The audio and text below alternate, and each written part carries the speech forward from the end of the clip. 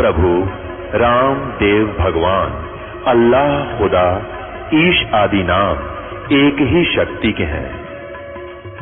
वो कैसा है, कहां है, कैसे मिलता है, किसने देखा है? ये प्रश्नवाचक चिन्ह पूर्ण रूप से हटाने के लिए अवश्य सुनिए जगत गुरु तत्वदर्शी संत रामपाल जी महाराज के अमृत वचन सर्व पवित्र धर्मों के पवित्र शास्त्रों के आधार पर।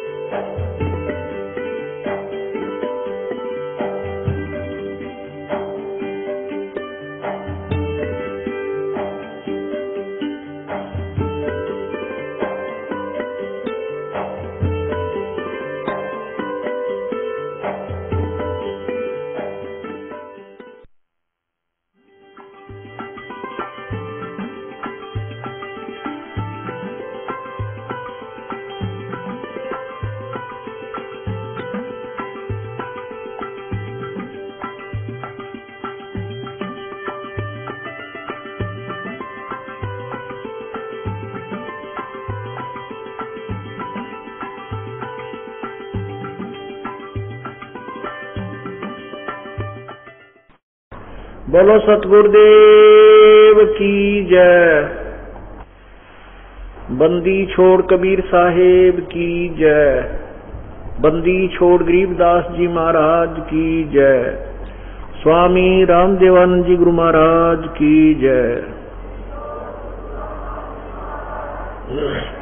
सर्व संतों की जय, सर्व भक्तों की जय, धर्मी पुरुषों की जय, श्री काशी धाम की जय, श्री छुड़ानी धाम, श्री करौथा धाम की जय, श्री बरवाला धाम की जय। सत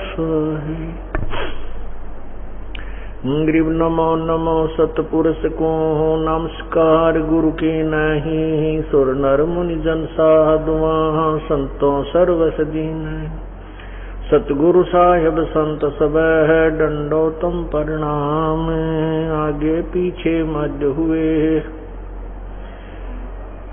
नर आकार निर्विषम काल जाल वै वंदनम, निर्लेपम निज नीर गुणम अकल अनुबे सोन धुनम, सोहम सुरति समापतम सकल समाना नीरत लह, उज्ज्वल हिरंबर हरदमम वे परवाह था है, वार पार नहीं मध्य तम गरीब जो सुमर सिद्ध होई, गणनायक गलता ना करो अनुग्रह सोई।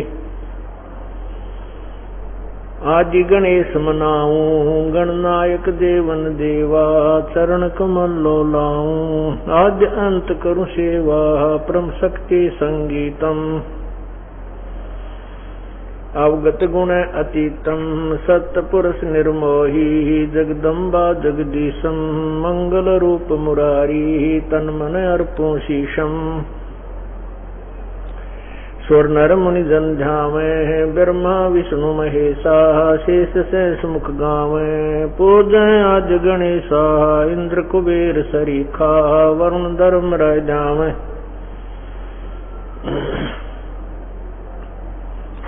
तेतीस कोटि अदारा गाँव से 88, उतरे बहुजल पारा कट है यम की फांसी, 33 कोटि अदारा उतरे बहुजल पारा कट है यम की फांसी। सत साही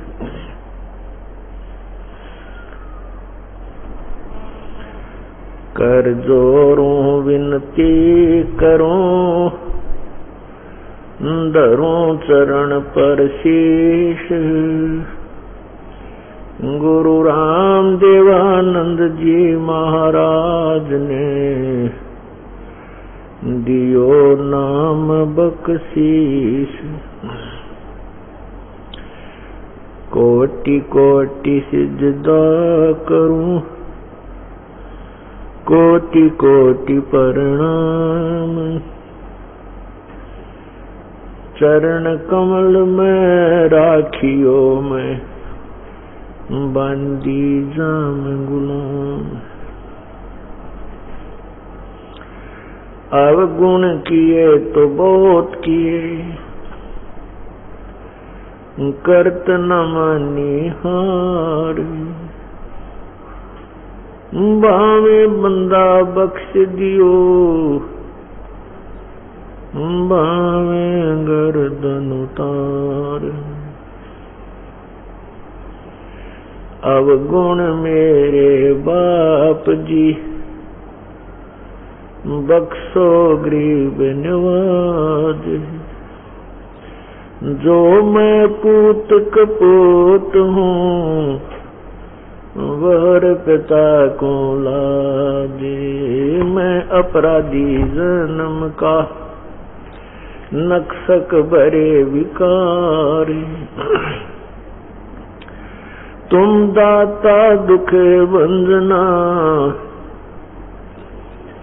मेरी करो सवार।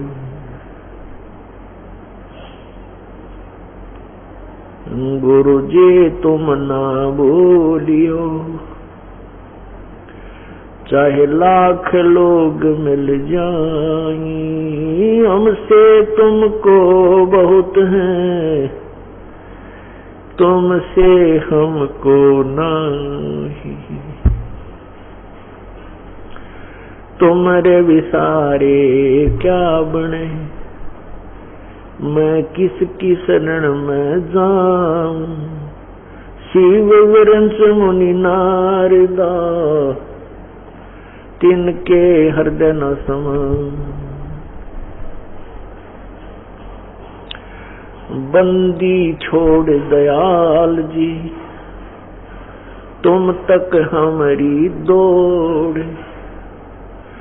जैसे कागज जहाज का, अब सोजत और न ठोरी।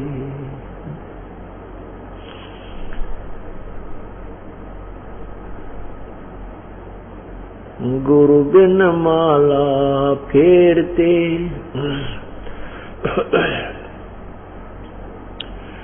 गुरु बिन माला फेरते, गुरु बिन देते दान।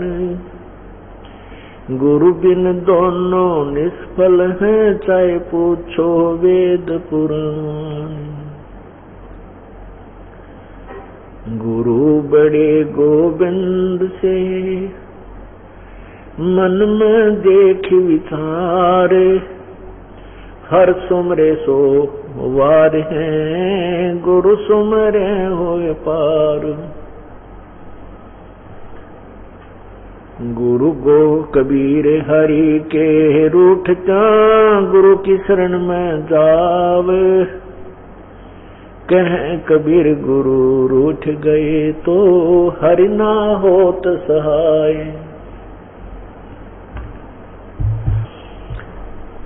गुरु गोविंद दोनों खड़े, किसके लागू पाए।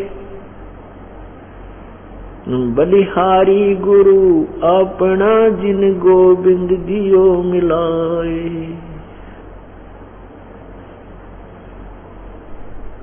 राम कृष्ण से कौन बड़ो, उन्हों भी गुरु कीन। तीन लोक के वे धनी, गुरु आगे आदीन। गुरु बिन काहुन पावा ज्ञाना, जो थो था घुस छड़े किसाना।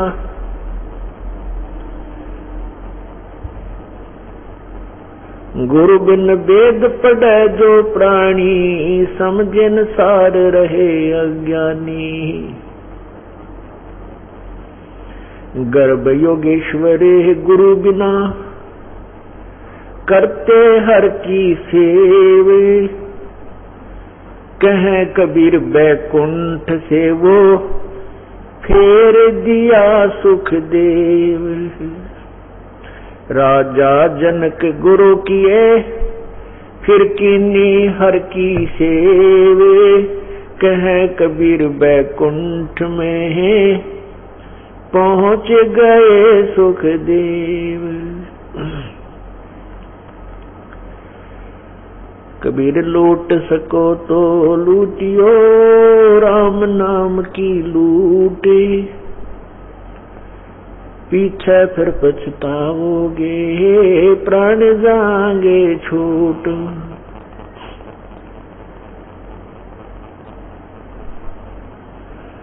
जिन हर की चोरी करी और गए राम गुण भूल, ते बदना बागुल किए रहे उर्द मुख झूल।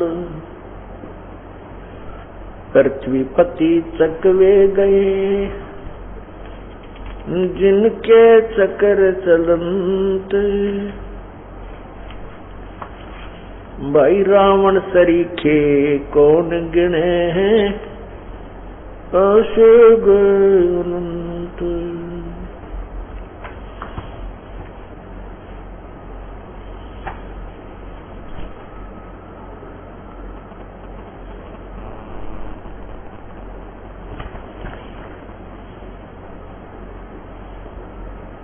कबीर सब जग निर्धना, धनवंता न कोय। धनवंता सो जानियो, जप राम नाम धन होवे। कबीर वो दिन याद करो,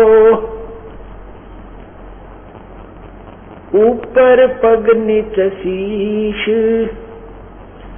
इस मृतलोक में आके तू भूल गया जगदीश।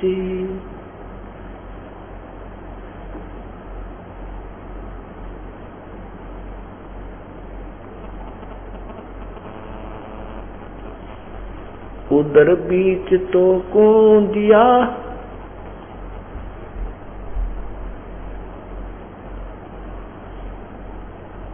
खान पान परवान। तिस समर्थ की बंदगी तू भूल गया शैतान।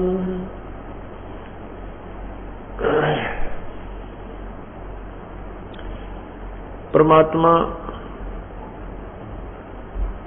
पूर्ण ब्रह्म सारी सृष्टि के रचनहार कुल मालिक कबीर परमेश्वर की असीम कृपा से ऐसे शुभ समागम इस भूमंडल पर होते हैं। भक्ति मुक्ति के दाता सतगुरु भटकत प्राणी फिरंदा, उस साहिब के हुक्म बिना नहीं तरवर पात हिलंदा। उस साहिब, उस परमात्मा। हमने इस बात की ओर विशेष ध्यान देना चाहिए क्योंकि हम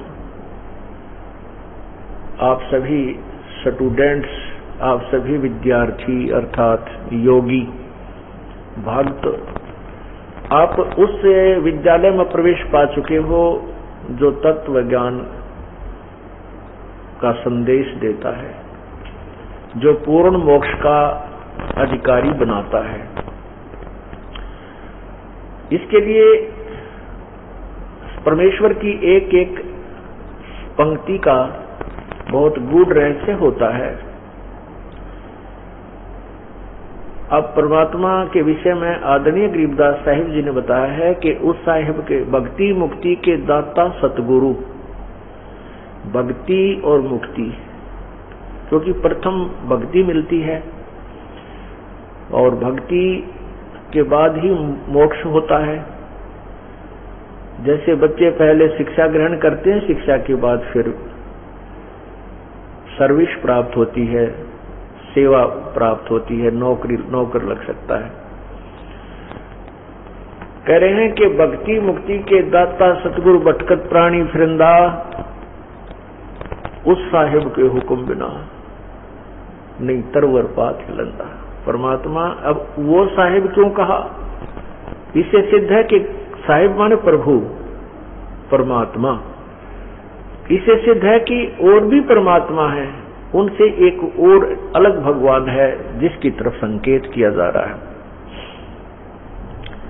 नहीं तो सीधा भी बोल सकते थे साहिब के हुक्म बिना नहीं तरवर पात हिलंदा, उस साहिब, क्योंकि इसका महत्व इसलिए है, हमारे सदग्रंथों में एक विशेष विवेचन है। जैसे पवित्र गीता जी अध्याय नंबर 7 के श्लोक 29 में गीता ज्ञानदाता प्रभु ने कहा है कि अर्जुन, जब तुझे जो मैं ये ज्ञान गीता शास्त्र तुझे सुना रहा हूं, जो व्यक्ति इसको आधार मानकर तत्वदर्शी संत की तलाश कर लेता है, जिसकी तरफ मैंने अध्याय नंबर 4 के श्लोक 34 में कहा है, उसके आधार से जब वो तत्वदर्शी संत से मिल लेता है, उसके पश्चात उसको, जिस व्यक्ति को पूरा आध्यात्मिक ज्ञान हो जाता है और सभी आध्यात्मिक कर्मों से वो परिचित हो जाता है और मुझसे भी परिचित हो जाता है, मैं कौन हूं, फिर और उस परमात्मा से भी परिचित हो जाता है, तत्परम से,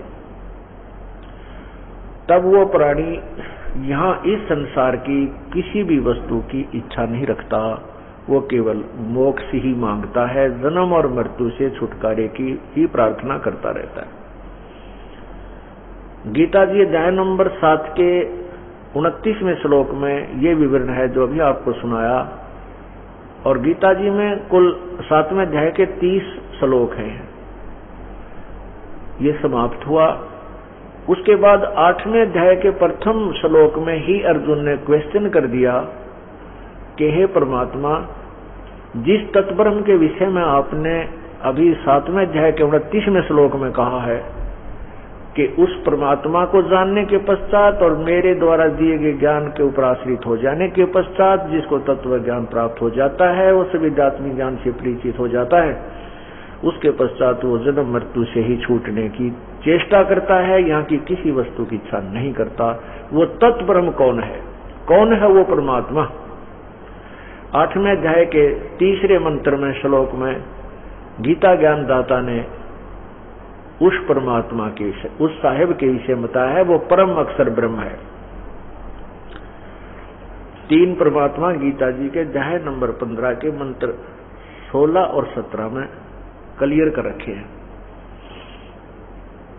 उनमें स्पष्ट है, एक क्षर पुरुष, एक अक्षर पुरुष। क्षर पुरुष होता है, क्षर ब्रह्म भी कहते हैं उसको, एक अक्षर ब्रह्म भी कहते हैं। क्षर पुरुष कहो, उसको क्षर ब्रह्म कहो, पुरुष माने ब्रह्म माने एक ही अर्थ होता, साहेब कहो। तो क्षर पुरुष ये ब्रह्म है जिसको ज्योति स्वरूपी निरंजन कहते हैं, और अक्षर पुरुष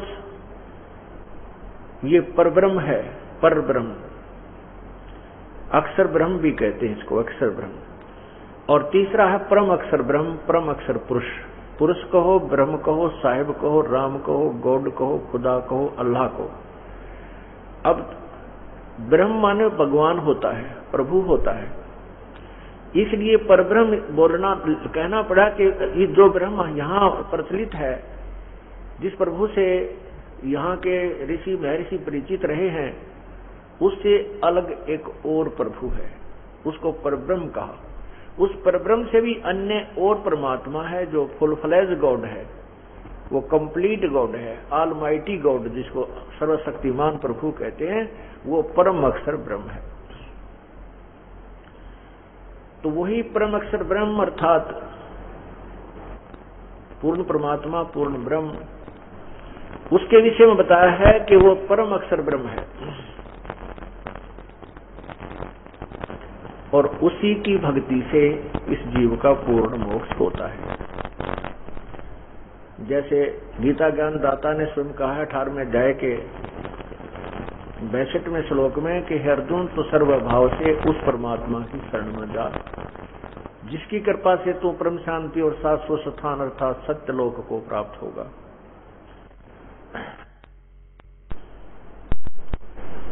गीता जी अध्याय नंबर 15 के श्लोक 16 में 2 भगवान लिखे हैं, क्षर पुरुष और अक्षर पुरुष, और उनके अंतर्गत इन दोनों ब्रह्मों के, दोनों भगवानों के जुरिडिक्शन में, इनके लोक में जितने भी प्राणी हैं वो, और ये दोनों भी नाशवान हैं।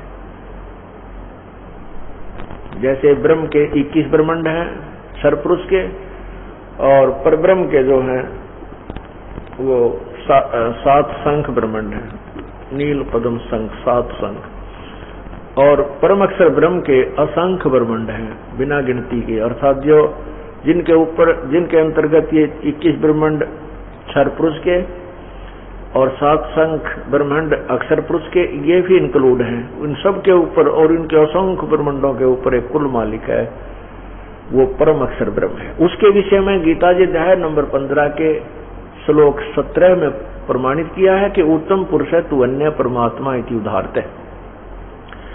वो उत्तम पुरुष, वो परम अक्षर ब्रह्म तो इन ऊपर वर्णित गीता जी के अध्याय नंबर 4 के श्लोक 24 में लिखा है कि जिस यज्ञ में अर्पण अर्थात शुरुआती ब्रह्म भी ब्रह्म है, हवन किए जाने योग्य द्रव्य है ब्रह्म, वह भी ब्रह्म है। ये इन्होंने वैसे अनुवाद ठीक नहीं कर पाए, क्योंकि परमात्मा ने अध्याय के 25वें श्लोक में लिखा है कि कुछ योगी जन अर्थात साधक देवताओं के पूजन स्वरूप यज्ञ को ही भली भांति अनुष्ठान किया करते हैं। अब देखिएगा साथ ही साथ अब आंखों से भी पढ़िए। ये है श्रीमद् भगवत गीता और गीता प्रेस गुरु से प्रकाशित है, अध्याय नंबर 4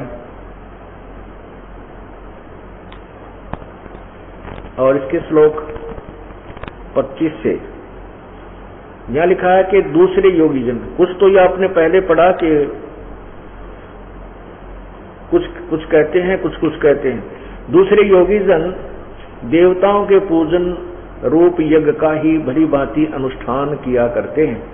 अन्य योगी जन परब्रह्म परमात्मा रूप अग्नि में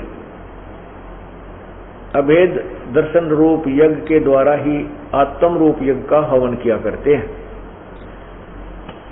अब ये देखिएगा, अन्य योगी जन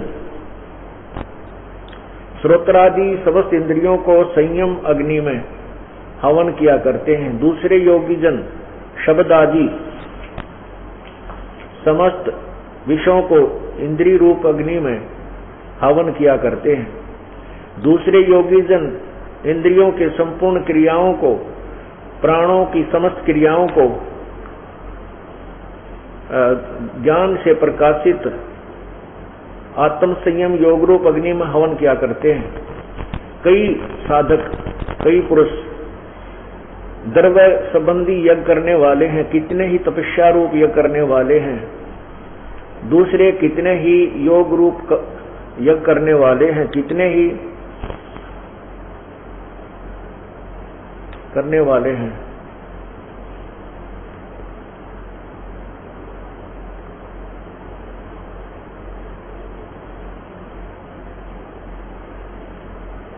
यहां देखिए, दूसरे कितने ही योगी जन अपान वायु में प्राण को हवन करते हैं, प्राण वायु को हवन करते हैं, वैसे ही अन्य योगी जन प्राण वायु में अपान वायु को करते हैं। अन्य कितने ही नियमित आहार करने वाले प्राणायाम पुरुष प्राण और अपान गति को रोककर प्राणों की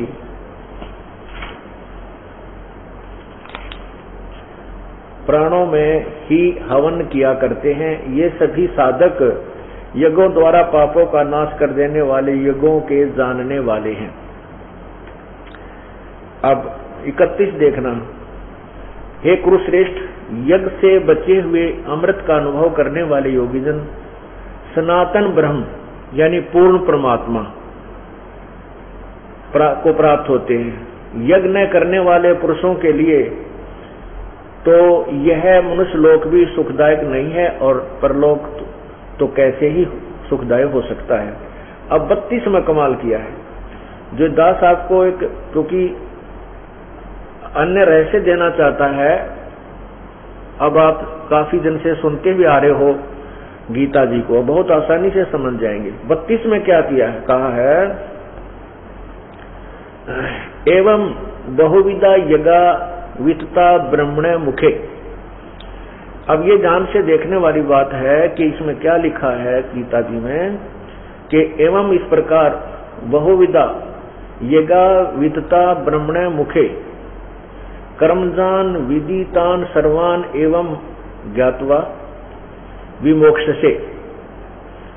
इन्होंने क्या लिखा है कि इस प्रकार, ये देखना, इस प्रकार, ये 32वां मंत्र है, श्लोक है। इस प्रकार बहुत तरह के यज्ञ, ये ब्राह्मणे का अर्थ ने वेद की वाणी लिख दी। यहां देखना, ब्राह्मणे का अर्थ होता है पूर्ण परमात्मा। अब मैं आपको यही दिखाता हूं, अध्याय नंबर 17 के मंत्र 23 में इस ब्राह्मणे का अर्थ ही हमने क्लियर करना है, तब इस तत्व ज्ञान को हम समझ सकेंगे। ये देखना, ये अध्याय नंबर 17 है गीता जी का, और यहां ये 23 मंत्र है। इसमें क्या लिखा है कि ओम तत् सत इति निर्देशः ब्रह्मणः त्रिविध समर्थः।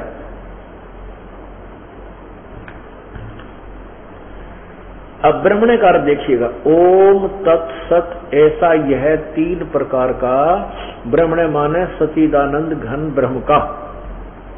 ब्रह्मणे का अर्थ देखिएगा, हमने अपनी तरफ से कुछ भी लेना, इन महापुरुषों के द्वारा किए अनुवादों को ही, अर्थों को ही यथार्थ स्थान पर रखना है, जिससे अनुवाद सही बन जाएगा।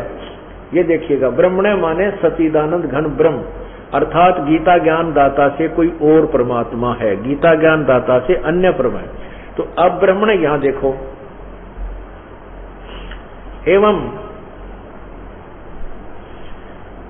एवं बहुविधा यज्ञ विहिता च ब्रह्मणे मुखे। मुखे माने मुख से, मुख के द्वारा, और ब्रह्मणे माने सचिदानंद घन ब्रह्म के द्वारा। इस प्रकार कहते हैं जो ऊपर मैंने वर्णन की है, ये भी इस प्रकार के अनुष्ठान भी और अन्य भी उस पूर्ण परमात्मा के मुख कमल से उच्चारित हुए हैं। यानी पूर्ण परमात्मा ने उस ब्रह्मणे माने सचिदानंद घन ब्रह्म के, मुखे माने मुख से, मुख के द्वारा बहुत प्रकार के यज्ञ माने धार्मिक अनुष्ठानों की जानकारी, यानी भक्ति विधि बहुत प्रकार की उस परमात्मा, उस पूर्ण परमात्मा ने अपने मुख से आकर के अवर्णित किया हुआ है।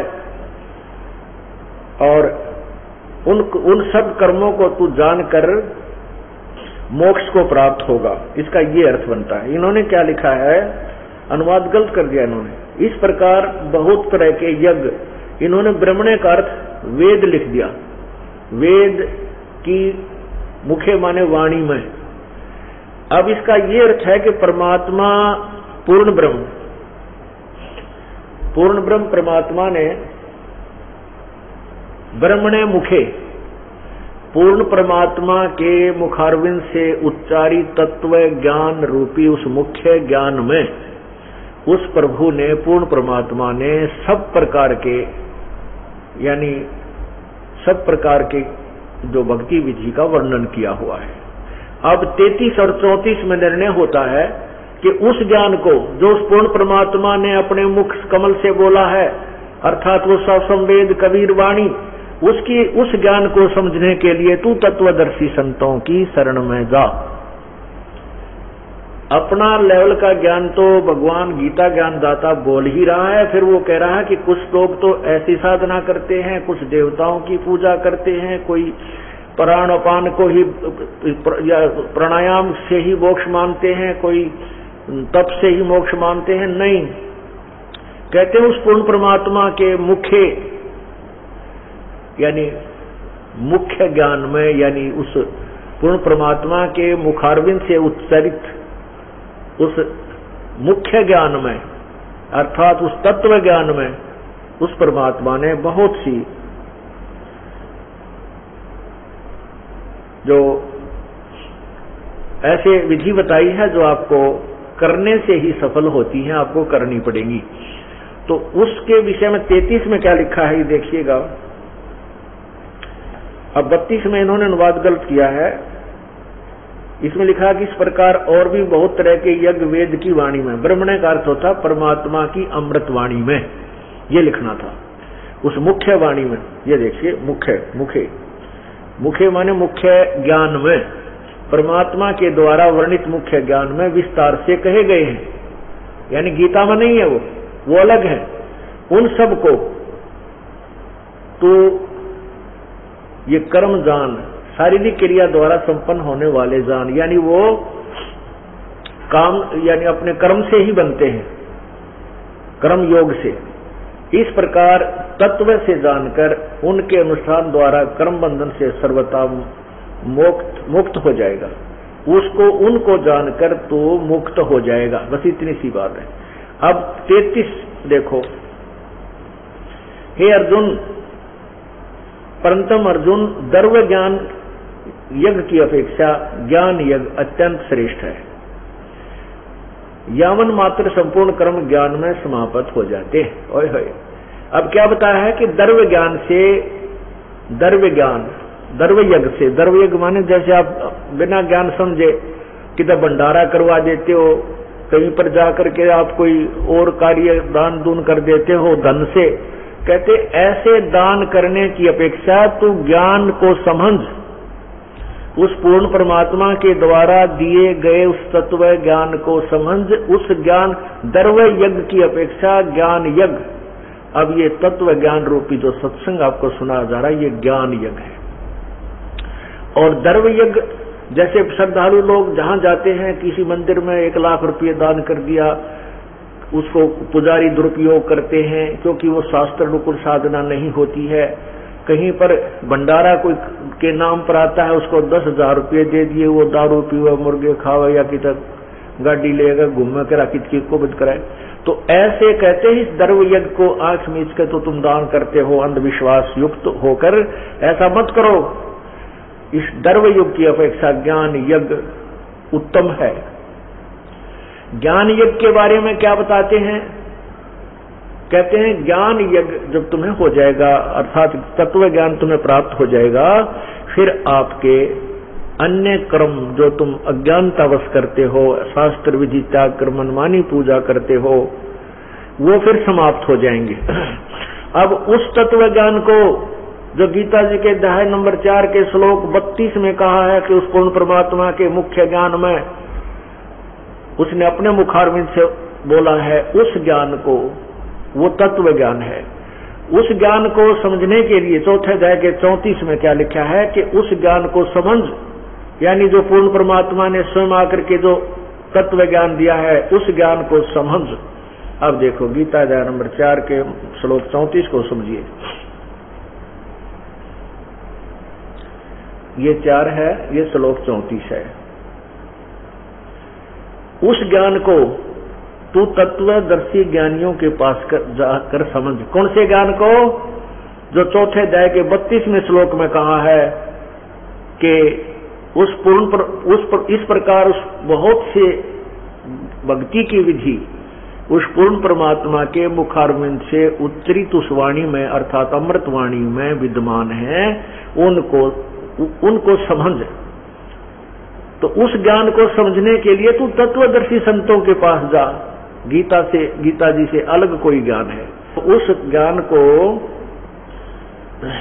ज्ञान को तू तत्वदर्शी ज्ञानियों के पास जाकर समझ। उनको भली भांति दंडवत प्रणाम करने से, उनकी सेवा करने से और कपट छोड़कर सरलता पूर्वक प्रश्न करने से वे परमात्म तत्व को तत्वदर्शी जानने वाले, भली भांति जानने वाले अर्थात तत्वदर्शी ज्ञानी महात्मा तत्व ज्ञान का उपदेश करेंगे।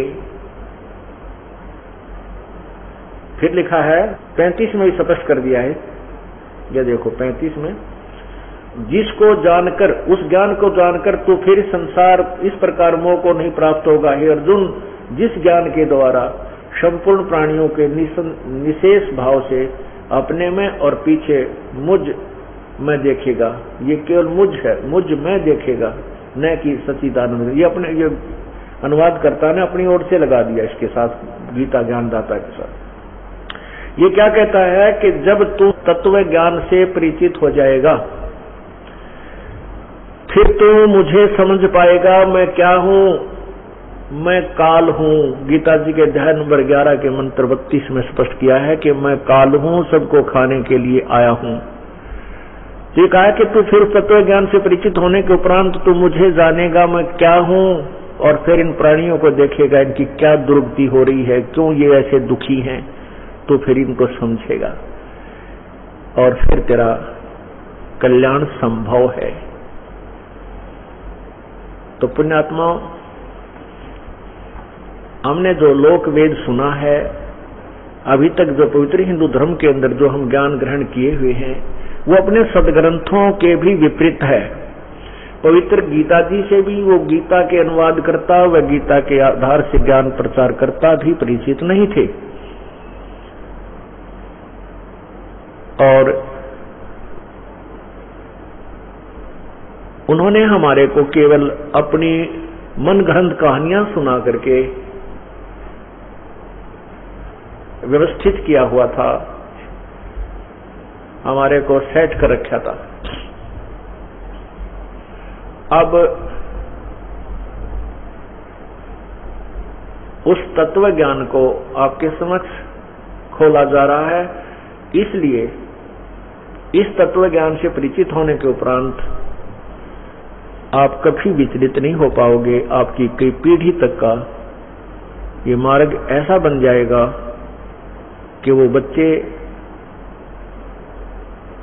परमात्मा को प्राप्त करेंगे। वो बहुत ही पुण्यकर्मी प्राणी परमात्मा आपके घरों में भेजेगा। ये उनके संस्कार टाल देगा जो बच्चे आपके भाग्य में दुखदायी थे। कुछ बच्चे होते हैं जैसे उत्पन्न हो गया बालक और वो बच्चा बड़ा होकर के डाकू बन गया, माता पिता भी दुखी, क्योंकि माता पिता का कितना ही बुरा बेटा हो जाए बेटी हो जाए, माता पिता उसे दूर नहीं हो सकते, उसकी आत्मा फंसी रहती है। वो लड़का भी दुखी होता है और माता पिता भी दुखी रहते हैं। अब वो परमात्मा क्या करेगा? पुण्यात्माओं, ये तत्व ज्ञान है, प्रभु के नियम से आप परिचित होजिए, तभी ये शंका और आपकी समस्या मिटेगी। अब क्या होता है कि एक भक्त के यहाँ पुत्र हुआ, वो पुत्र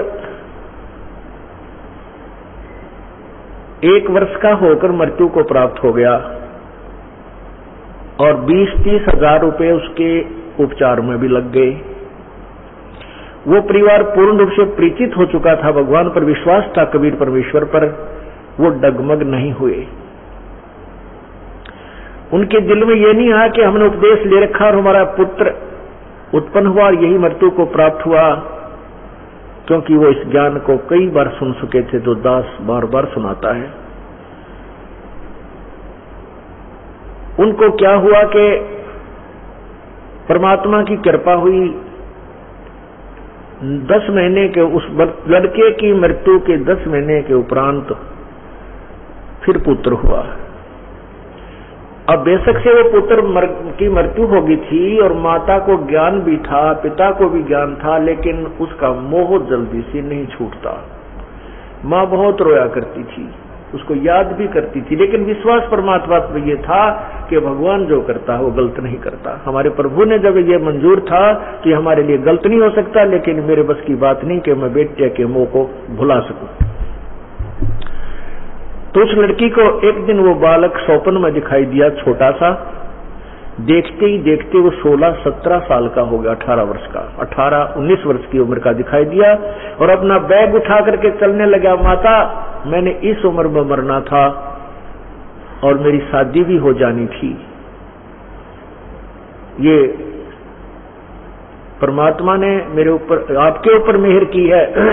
मेरा और आपका ऐसा संस्कार था कोई पिछले जन्म जन्मांतर का कि मैंने तुम्हें एक अधिक पीड़ा देनी थी, और उस परमात्मा ने ये हमारा संस्कार काट दिया थोड़े से में। उसके बाद उस माँ का रोना भी बंद हो गया। उसने खुद आकर के उस बहन ने बताया, जी ऐसे ऐसे वो लड़का मुझे दिखाई दिया। पर ज्ञान तो हम पहले भी सुनते थे, विश्वास भी था, लेकिन और दृढ़ विश्वास हो गया और जो ममता मुझे सता रही थी वह भी खत्म होगी। तो परमात्मा आपको ऐसी कोई घटना हो भी जाती है तो घबराना नहीं चाहिए, क्योंकि राज्य क्रमता राम की रजा धरे जो शीस, दास गरीब दरस परस तीन भेंटे जगदीश। यदि वो बहन उससे विचलित हो जाती और रास्ता छोड़ देती, वो रोकता काट दिया था परमात्मा ने, संस्कार तो चेंज कर ही दिया था, वो तो दयालु है, फिर नहीं देते उस दुख को, लेकिन और दुख बहुत हो जाते हैं।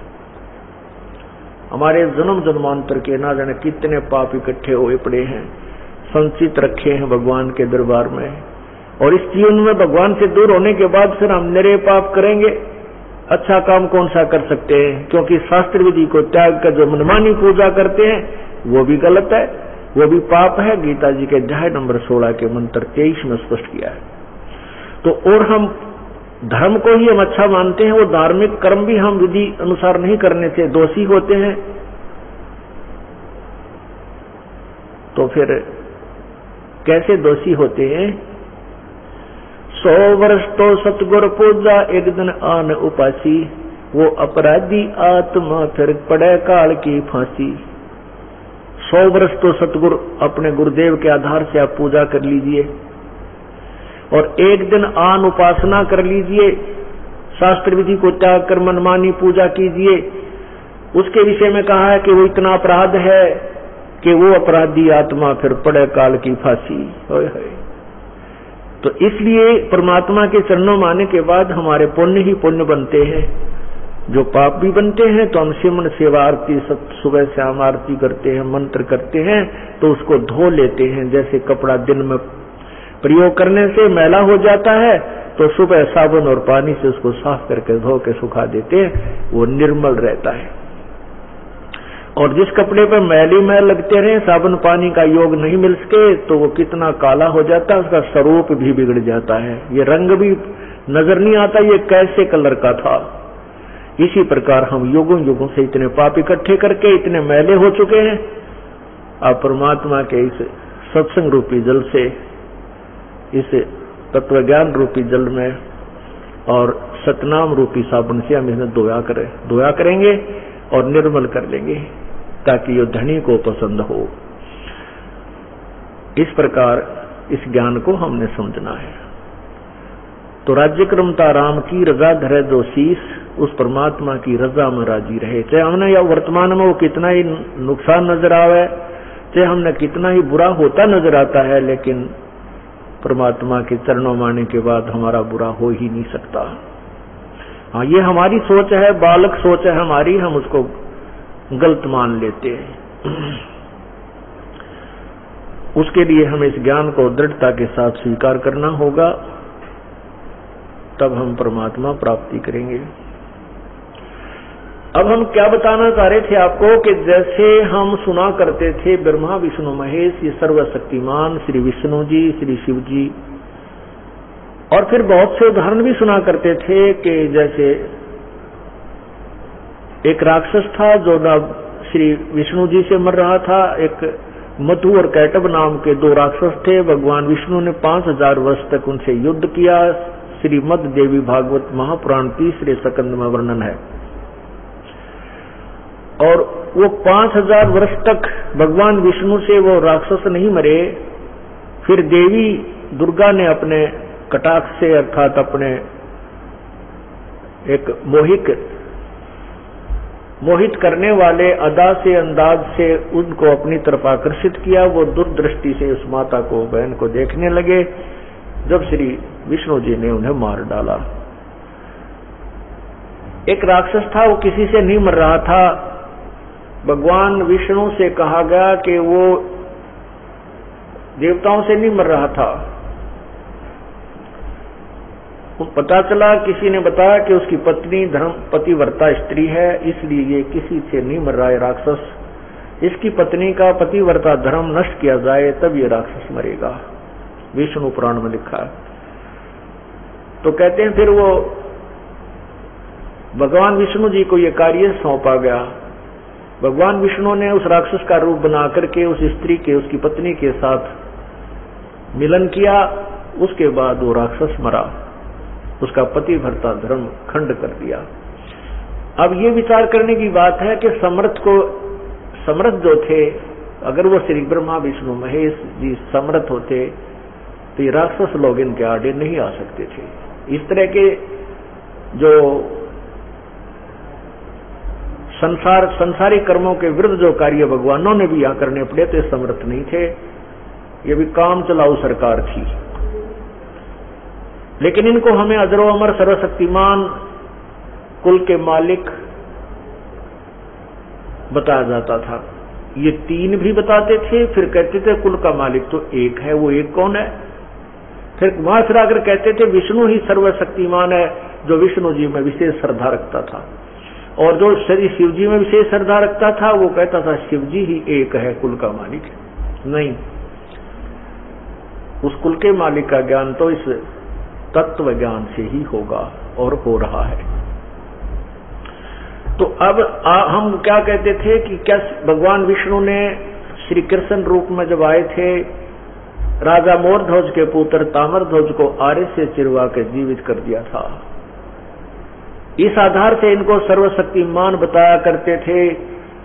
दूसरा कहते थे कि भगवान श्री कृष्ण ने गोवर्धन पर्वत को हाथ पर उठा लिया था, इसलिए भगवान थे। तीसरी महिमा करते थे कि भगवान श्री कृष्ण जी ने, भगवान श्री राम ने समुद्र के ऊपर पुल बना दिया था, इसलिए सर्वशक्तिमान थे। अब परमात्मा क्या कहते हैं,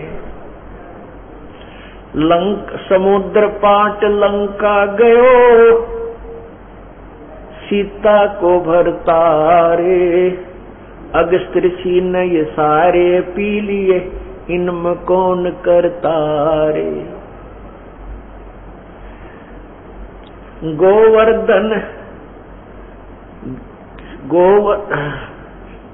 गोवर्धन श्री कृष्ण धारो, द्रोण गिरी हनुमंते, और शेष नाग सब सृष्टि उठारा, इनमें कौन भगवंते।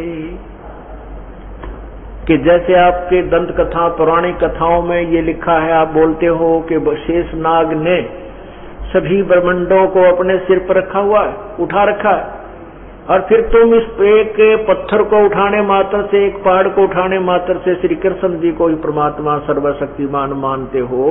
तो हनुमान जी ने द्रोणागिरी पर्वत उठाया था, और शेष नाग फिर सारी पृथ्वी सृष्टि उठा रहा है, जिस पर पृथ्वी भी रखी है। तो अगर इस दृष्टिकोण से, इस आधार से तुम प्रभु मानते हो, तो इनमें कौन सा भगवान हुआ? शेष नाग भगवान हुआ, या श्री कृष्ण भगवान हुआ, या हनुमान जी भगवान हुए? परमात्मा क्या बताते हैं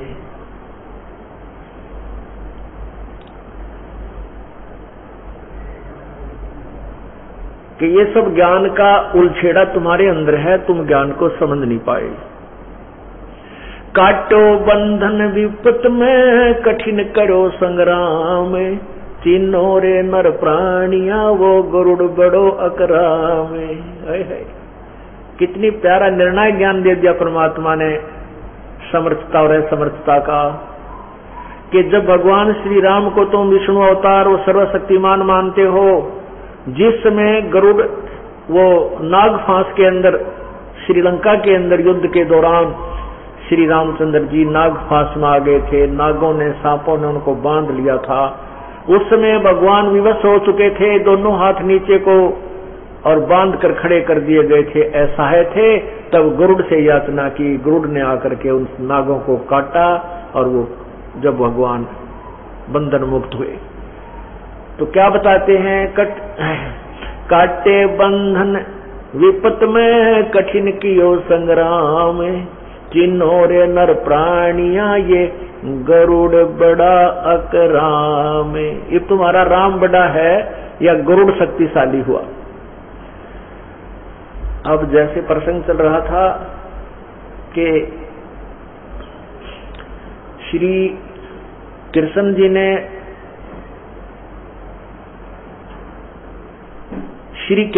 ने, राजा मोरध्वज के पुत्र ताम्रध्वज को आरे से चिरवा करके, अर्थात वो मृत्यु को प्राप्त हो गया था और पुनः जीवित कर दिया था, और उसका शरीर भी जोड़ दिया था, उसमें कोई निशान भी नहीं था।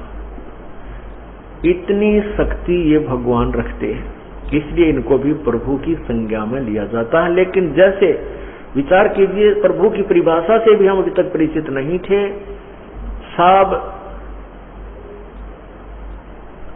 राम राम सब जगत बखाने, आदि राम को कोई बिरला जाने। राम राम तो सभी कह रहे हैं, लेकिन उस पूर्ण परमात्मा जो पहले का प्रभु है, सर्वशक्तिवान है, उसको कोई बिरला ही जानता है। अब जैसे साहब कहो, चाहे राम कहो, गॉड कहो, अल्लाह कहो, खुदा कहो, मालिक कहो, स्वामी कहो, ये सब प्रभु प्रभु की के शक्ति बोधक शब्द हैं, पर्यायवाची हैं। अब जैसे एक साहब तहसीलदार भी साहब कहलाता है, और एसडीएम भी साहब है, डीसी भी साहब कहा जाता है, कमिश्नर भी साहब है, मंत्री को भी मंत्री साहब बोलते हैं, मुख्यमंत्री को भी मुख्यमंत्री साहब बोलते हैं, प्रधानमंत्री साहब, राष्ट्रपति साहब, ये सभी साहब हैं। इन साहबों की शक्ति में अंतर है। ऐसे ही ब्रह्मा विष्णु महेश भी साहब हैं, ये भी भगवान हैं, लेकिन इनसे ऊपर जो राम है, इनके ये केवल एक ब्रह्मांड में एक विभाग के मिनिस्टर हैं। एक ब्रह्मांड में एक विभागीय मिनिस्टर है। जैसे ब्रह्मा जी रजोगुण विभाग का, विष्णु जी सतोगुण विभाग का, शिव जी तमोगुण विभाग के, और इनकी केवल 3 लोकों पर प्रभुता है। एक एक विभाग की, इस पृथ्वी लोक पर, स्वर्ग लोक पर, और नीचे एक पाताल लोक है, उस पाताल लोक पर। इस ब्रह्मांड में और भी बहुत से लोक हैं जहां पर इनकी प्रभुता नहीं है।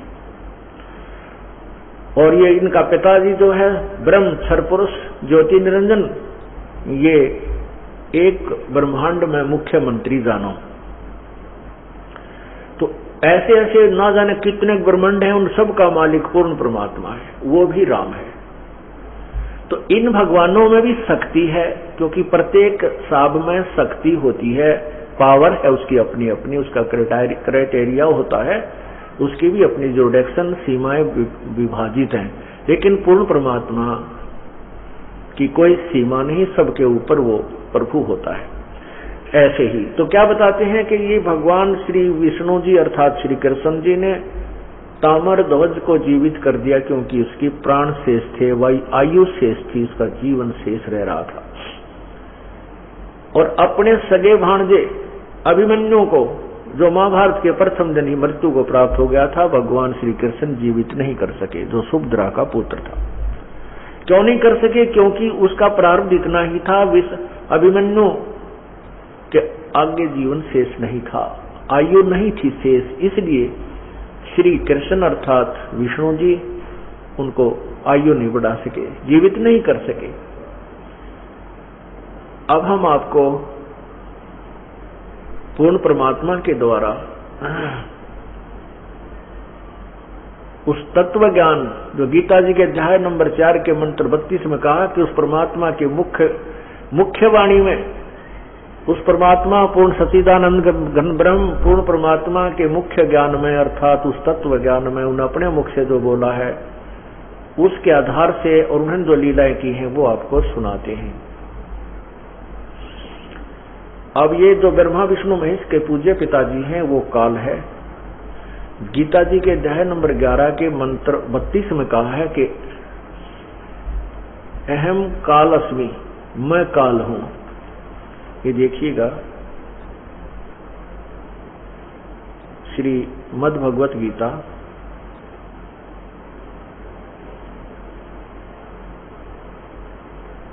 और इसके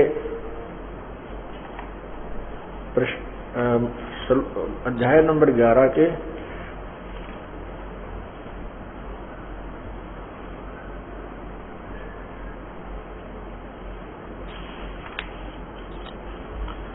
बत्तीस में ये देखिएगा, अध्याय नंबर 11 और इसके नीचे देखिएगा श्लोक नंबर 32। ये है श्लोक नंबर 32। अब क्या कहता है? काले अस्मि लोक अक्षकृत क्षयकृत प्रवर्तः लोकान समार हर्तुम इह प्रवर्तः रगे अपि ऋते अपि त्वाम न भविष्यन्ति सर्वे ये अवस्थिता। क्या लिखा है कि लोकों का नाश करने वाला, लोकों का नाश करने वाला बड़ा हुआ काल हूं, काल अस्मि, काल हूं, इसमें इन लोकों को नष्ट करने के लिए प्रवृत्त हुआ हूं। जो प्रतिपक्ष की सेना में सतीत योद्धा लोग हैं वो तो युद्ध ना करेगा तो भी नहीं रहेंगे, वे सब तेरे बिना भी नहीं रहेंगे। अर्थात तेरे युद्ध न करने से भी इन सबका नाश हो जाएगा। अब गीत ये अर्जुन कह रहा है 11वें अध्याय के 21वें श्लोक में क्या बताता है, ये देखिएगा। आंखों देखा हाल अर्जुन देख रहा है उस बढ़े हुए काल को। ये देखिएगा 21 में, वे ही देवताओं के समूह आप में प्रवेश करते हैं और भयभीत होकर हाथ जोड़कर आपके नाम और गुणों का उच्चारण करते। महर्षि और सिद्धों के समुदाय कल्याण हो स्वस्ति कल्याण हो ऐसा कहकर उत्तम उत्तम स्तोत्रों द्वारा आपकी स्तुति करते हैं। और फिर क्या कहते हैं,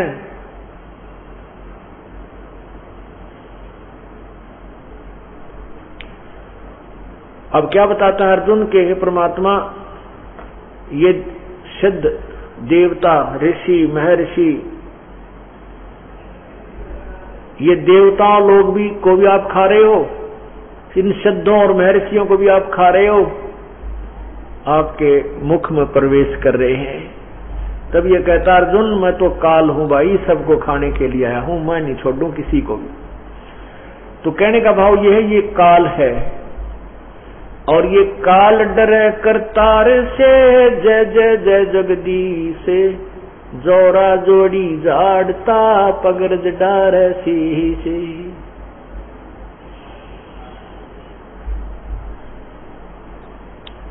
कि वो काल जो है, ये काल उस जगदीश से डरता है, पूर्ण परमात्मा से घबराता है, डरता है। और वो जय जय जय जगदीश, उसकी जय जयकार करता रहता पूर्ण परमात्मा की। और ये मृत्यु जो अकाल मृत्यु आ जाती है, जिसको अचानक मार देता है, ये परमात्मा उस अपने सच्चे श्रद्धालु भक्त की नहीं होने देता, उस मृत्यु को नहीं आने देता। ये जीवन को एक्सटेंड कर देता है, ये लाइफ एक्सटेंड कर देता है परमात्मा, जीवन वृद्धि कर देता है, ये वो परमात्मा है।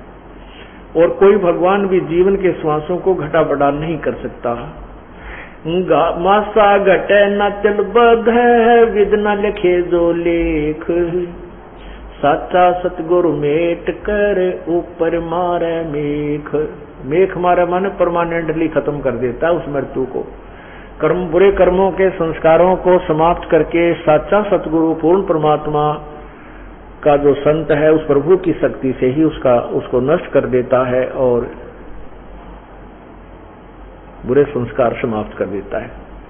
मासा घटे न तिल बधे विद ना लिखे जो लेख, जो संस्कारवश प्रारब्ध में जो भी आपके लिखे गए हैं संस्कार, जो आपके कर्मानुसार हैं, वो अन्य परमात्माओं की पूजा से, अन्य देवताओं की पूजा से समाप्त नहीं होते, उनमें कोई परिवर्तन नहीं होता। और साचा सतगुरु मिटा करके ऊपर मारे मेघ, अर्थात परमानेंटली उनको खत्म कर देता है, बुरे संस्कारों में को समाप्त करके शुभ संस्कार लिख देता है। शुभ संस्कार जैसे आपके बनवाए जा रहे हैं कर्मों से होते हैं कि वो शुभ कर्म कर्मों से किए जाते हैं, शारीरिक क्रियाओं से होते हैं। ये सब शारीरिक क्रियाएं हैं, जबान से, श्वास से, हाथ से, सेवा से, सिमरण से, दान से, ये सब क्रियाओं से वो करा के फिर आपके शुभ कर्मों को लिख देता है, अशुभ को नष्ट कर देता है। ये पूर्ण परमात्मा में शक्ति है। और ये क्या कहता है,